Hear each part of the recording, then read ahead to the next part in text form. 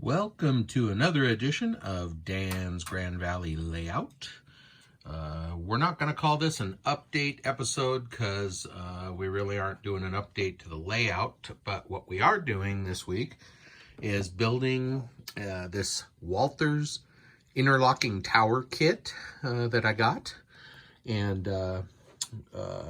kind of going step by step on how you paint them and build them, or at least how I do it anyway. But just kind of a fun little thing. It's one of the most enjoyable parts of this hobby that I enjoy, is building these model kits, because I used to build models when I was a kid, airplanes and trucks and cars and ships and all that stuff. So it really becomes really enjoyable for me is putting these little kits together.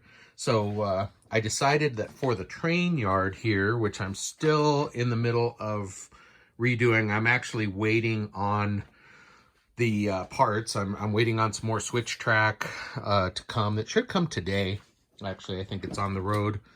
And then I also, like I mentioned last video, I ordered the 2-stall engine house, which is going to go down on that end of the tracks.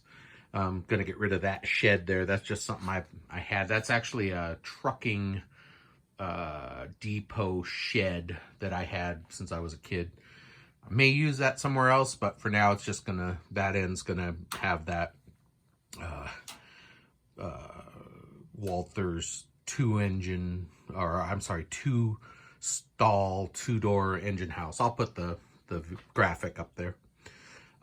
So I'm waiting on that to come. We'll be building that next week, probably be a weekend or two before I get that in place. Still working out how I'm going to do the switches out here. Right now, this is working, the bypass, but these aren't even attached yet. This is just kind of where I'm going. But the tower is pretty much going to go here. So I've got that pretty much done, but this video will be how we're doing that. So let's get to that part of it, and then we'll check back in before we wrap it up. Out here in the shop, and I've cut out all the main pieces, and I'm spraying them all the different colors. So over here you have the base, some of the control rods that are going to be gray. The walls are like just a tan color. I used a primer and black and kind of just sprayed it primer, and then I just misted the black over, so it kind of came out a nice sort of gray color for shingles. And then this is going to be all the window detail, part of the middle of the roof, like a soffit, and some of the stair railings and everything. So those are going to be this olive green, which is what I have right here. I like Krylon, but I also used a lot of Rust-Oleum camouflage product, which come out real nice because they're flat, they dry quickly. So what I'm gonna do, once these are dry, I'm gonna tape off some of this detail here. There's a little ridge right there, little ledge, and I'm gonna paint those. I'm gonna tape everything off and then just shoot them with this, and that'll match the detail, the olive color for the window frames and the stair rails. If you look at the box, I'm just kind of going off what they've got there. So they've got a little bit of green detail against the beige and then the gray roof. So that's basically the 3 colors I'm going with. I did paint the doors a slightly different brown color just so they'll stand out a little bit. So where that guy's going in there, there's a door Mine will be a little bit darker. The doors will stand out. So, all right, so it's been a couple hours here since I painted this stuff, and it's pretty much dry. It's a nice thing. It's summertime, so it's pretty hot. But I also have a little fan going there just to keep the air circulating, and just it helps to dry everything. So what I'm gonna do here, like I said, I wanna paint these edges here, these ridges, ledges, whatever they are. I'm gonna hit them with the green highlight. This way I don't have to sit there with a little brush and trying to paint all that stuff. And the way these are designed, they look pretty easy. So I'm going to take some painter's tape and just lay some tape on there and on all these here, and see if we can't paint the trim that way. So let me do that. I'll kind of see what comes out here, and then we'll go from there. All right, so I've got some of the tape on here, and you can see what I've done. And I kind of go ahead and just stick it to the paper here, because sometimes when you're spray painting loose parts, it'll actually move on you. So this way it'll just be solid here. I did these two pieces. Now this one, I've got a right angle right here because this is the chimney. So what I'm gonna do for the tape that's gonna be right here, I need a nice clean edge to go along there. So I'm gonna take this piece of tape and an X-Acto knife, and I'm just gonna take a little straight edge and cut a couple of nice straight pieces that'll fit in these corners, top and bottom. So I'll need 4 nice clean straight edges. Okay, we're all taped up here, so you can see I've covered everything that I don't want to be green with the tape. Now here's the one where I needed to make some straight edges. So I've got those all in there well. Now, look at the chimney. You can see some dark marks here where when I was setting the tape down, my fingernail kind of made these marks. So, did it on both sides. I left that uncovered right now, and I'm gonna quickly shoot it with this. This is the color I used for the walls. So I'm just gonna shoot that real quick, get rid of those marks, let that dry, and then I'll do the green for these ledges. And that'll match, that's the same green that I've got for all the stair rails and stuff. So I'll do that, let that dry, then I'm gonna have to cover this chimney so I can do that green on that trim there. So let me get that done, we'll see how that comes out. All right, looks like I got it. Looks pretty good. Got that chimney kind of repainted there. So in order to get that without having to really tape it, I made this little card out of just a piece of paper. You can see I cut a little notch in it there to fit right where that molding was. And then I just held it there and then shot the molding. Did that on both sides. I got a little bit there on the side, not too much, that's gonna be fine. So now we'll just let this dry. And I think that's it. I'm just gonna look over my pieces here. So I've got the chimney pieces that I painted brick red. It's just a primer. These are all the window inserts, stair railings, stair treads, landing.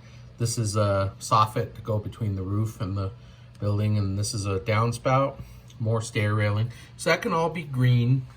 There's the roof, it's kind of gray. Those are the control rods for the interlocking system. That's the base, that'll be what we build the model on. There's the doors, and then these walls here. So if we look at the box, we pretty much have the window inserts. The only thing that's gonna be a little bit different is this detail here. I would have to paint that by hand or do a lot of taping. When I did this, you know, the thing we just did now, I just went to the bottom of that top rail there. I don't know if you can see it, but I left that because I don't plan on painting those trim pieces. So that way it won't look like it's supposed to be painted. It can just be solid color. I think with the window inserts, stairs, different colored doors, that's enough contrast, and I think it's gonna look fine. So we'll let this all dry, and we'll go downstairs and start working on some other stuff.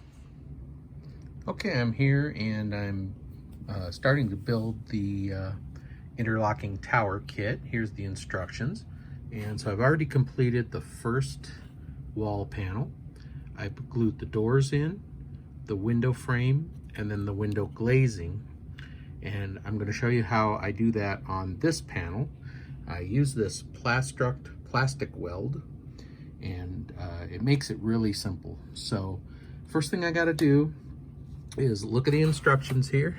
We're going to do this one. We're going to figure out which pieces we need. So we need the window panel, small window panel for down there, and then the 2 pieces of glass. So let me round those up. We'll get them in here and I'll show you how I glue them together. Okay, so I've cut out the window pieces from the trees here and the windows and the glass. And now I'm setting them in here. Now I don't have them glued yet, but there's a right way and a wrong way. They've got a little tab here. I don't know if you can see that.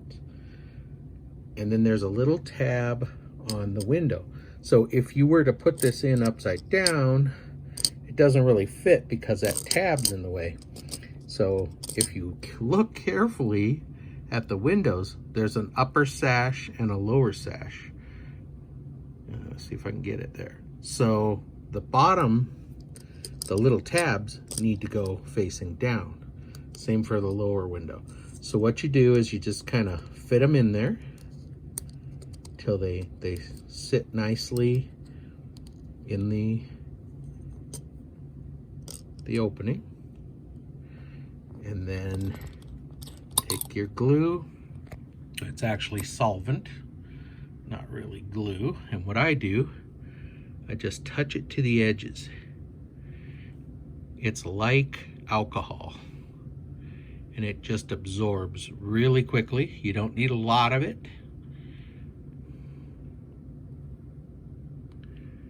And you just get it on the edges and let it permeate in that plastic. I'll do here. And you can see how quickly it just evaporates very quickly. Now, I've mentioned this in a few other videos where I talk about building model kits, and that is, let me just move this. You want to be sure that the piece that you use for cutting is a throwaway piece, because that's what the solvent does to the design on these cutting boards. So just be aware of that.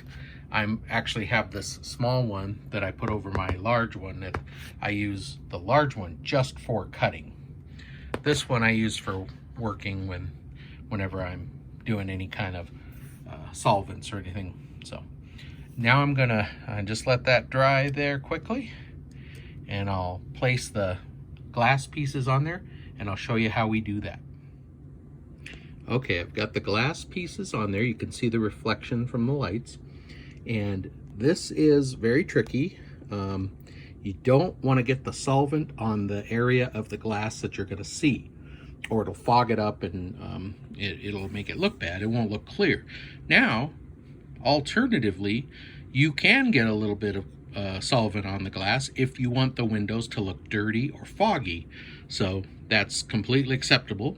In this case, I don't want them to look dirty or have a giant's fingerprint on them, so I wiped them with my t-shirt just to get the fingerprints off. And now I'm gonna get just a little bit of glue on the brush here, and I'm just gonna touch it right along that edge.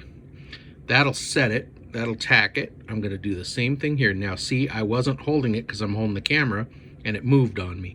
So I've got to go back now and reposition it, and hopefully it'll tack there with that little bit of glue, and I'll be able to do a little more here. And just do the edge. You can see how it permeates under the edge, so if you were to put too much, it'll go into the area where the window will show. So that we don't want to do that. Now this window's still moving on me, so I didn't get very good on that first try. So I'm always very particular and careful when I do windows, because you do not want to have foggy windows. My dad taught me that when he taught me how to build models back in the 60s and 70s. You use just the smallest amount of glue that you can to keep that window in there, or you're going to end up with fingerprints all over it and a big mess. So when it comes to windows, less is more. You can always go back and put a little bit more on there, but there we go. And you can see the reflection in the glass. That looks really nice. Look at that. And we've got clear windows. So we'll just set that piece aside there. Let those dry. It's good to let them dry a while, because the solvent melts the plastic basically and makes it bond to each other, and then you need a good amount of time to let that plastic dry. Otherwise, I've rushed it a few times and stuff starts falling apart when you're trying to put it together. So I might just leave these sit until tomorrow. Let them dry really well. Then you can put your pieces together and you're not going to have pieces sagging or, you know, falling apart. Now we're going to move on to, looks like the back wall and the front wall. I went ahead and glued the walls together. It was pretty simple. They had beveled edges, so they really fit well. And then they just sat down into that base there, which I glued all around before I went to work this morning. And this soffit. And what I did was I took my 1, 2, 3 block, which I've explained in past episode, but if you don't have a 1, 2, 3 block, they're really nice for building these kits. They help keep things square. They're heavy. So I just had the 1, 2, 3 block on top of there, just to keep that glue pushing down on that so it would dry up pretty good.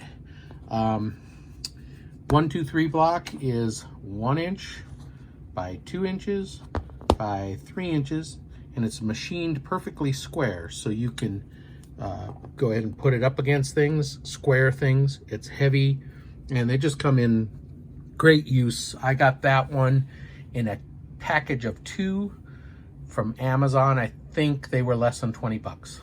But anyway, just glued the chimney on. I made it flush there at the bottom, and they recommend that you leave the roof unglued so that you can get in there to put in lighting, or if you want to build a floor in there, and then you can have details inside, like guys sitting at desks and tables and stuff like that. But so I'm going to leave that roof unglued. Not going to glue it to the top, so we can get down in there if we need to. So now what I'm doing is I'm just removing the last of the stair railings and everything from the spars here, and gonna get that all laid out, and then I'll start gluing that together. Those go in here. Sorry, camera work here. They go in here, these pre-cut holes, and there's some little places on here to glue things to. So that's what we're gonna work on now. All right, I got a lot of the stairway done there, but it's such fine work that I'm actually gonna let it dry overnight before I put the rest of the stair risers in, the last railing that goes on the back side, and the top landing, because everything is just, it's drying and it's just moving around. So kind of getting tired. It's been a long day at work, so a lot of times when things are just going too hard, just get some glue on it and let it dry. Now I have a couple places where the paint got a little messed up, either by me touching it or some glue getting on there. Got a little right there. And you know, I'm gonna weather these buildings anyways, but I may take those out to the shop and touch them up. But for tonight, we'll just let this guy sit and dry. We'll finish up the stairs tomorrow. Okay, so I've kind of completed it at this point, but what I had to do was get the stair riser in and get the landing and the railing done, which I did. Now, ran into kind of a unique little problem here, and I don't know how I'm going to solve it yet, but as you can see, the bottom staircase is complete, and it reaches from the bottom of the steps all the way to the first landing. And if you look at the picture on the box, I don't know if you can see, but they're different stairs. They don't have kick plates on them. They just have the treads. So you can see it on the bottom part there. Let's see if I can get a better light. But see, you can see light through there. But if you look at the actual ones, they have kick plates on the front and treads. So they're different. Well, look at the top staircase. It's not long enough to go all the way up.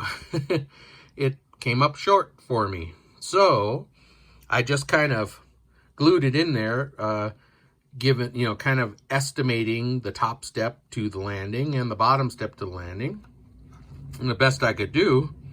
But what I thought I might do is maybe look at the sprue, which is here.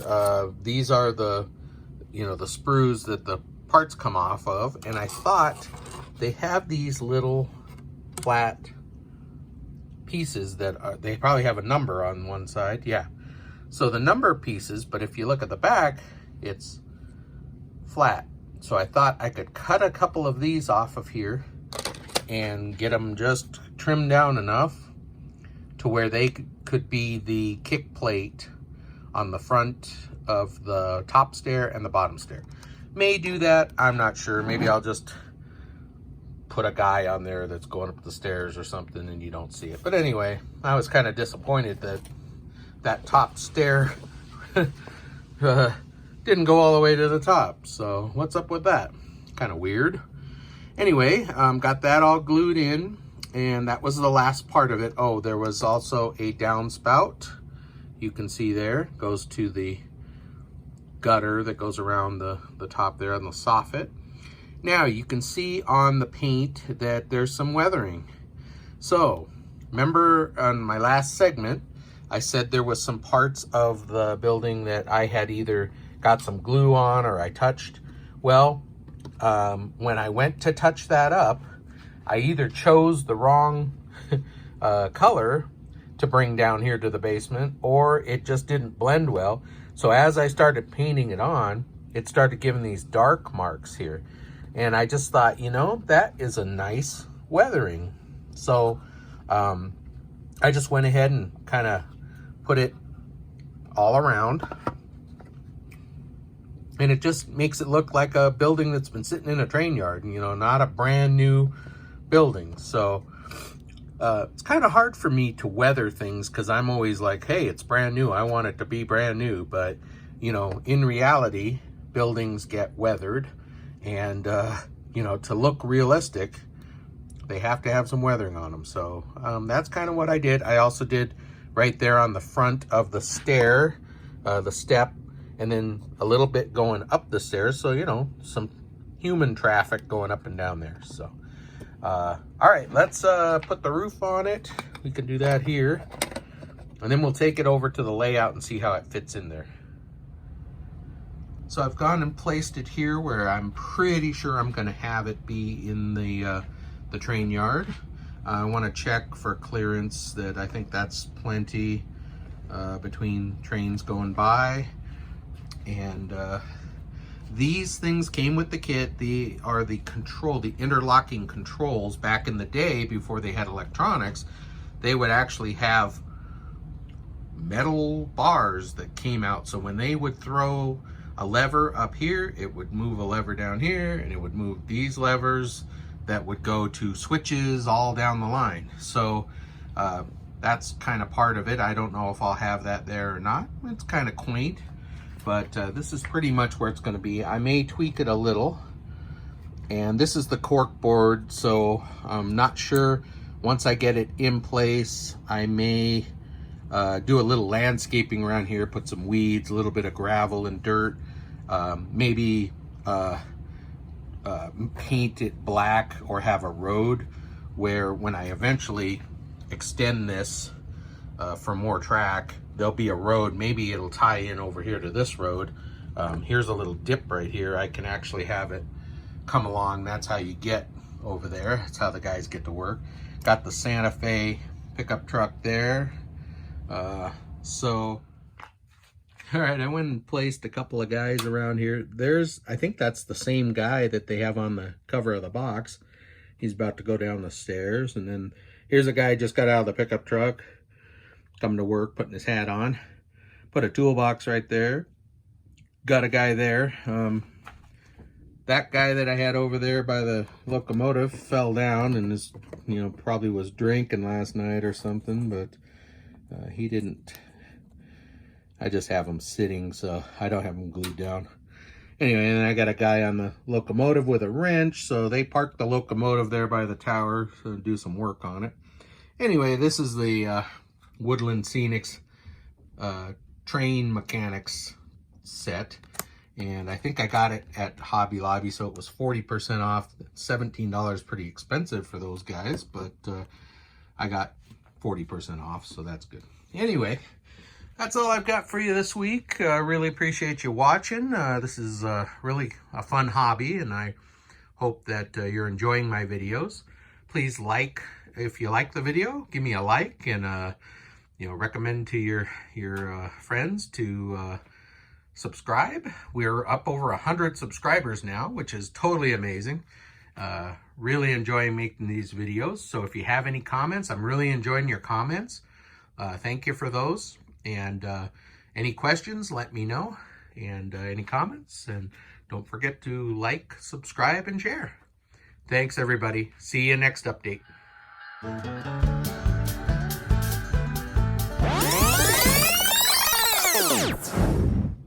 Okay, just a quick little segment here. I wanted to show you. I spoke in the video where I built this tower that the stairs didn't go all the way to the top or the bottom. I had to split the difference. So now you can see that they do, and I'll show you what I did. I didn't document it step by step. I just kind of did it. But like I said, I took the sprues from the kit, cut out some little pieces of the green plastic, and here you can see I just glued them on the back, and you can actually probably see the numbers on there. I just cut it and sanded it until it fit right there flatly, and same on that top one. And then once they fit in there well, I just kind of coated it with the Plastruct solvent.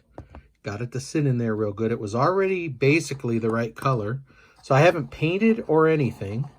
I just have those in there. So now I'm much happier with that stairway. If you look real closely, let's see if I can get an angle, you can kind of see that, that's a cover behind there. So it's not quite right, but at least from back here, you're not seeing an opening there. And the top came out great, which is good because that'll be the one you see most. Bottom's good enough.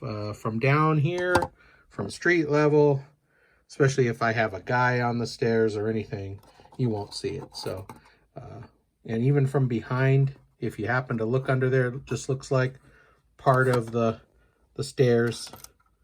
So pretty happy with that. So that's how that came out, and I think that's gonna be okay.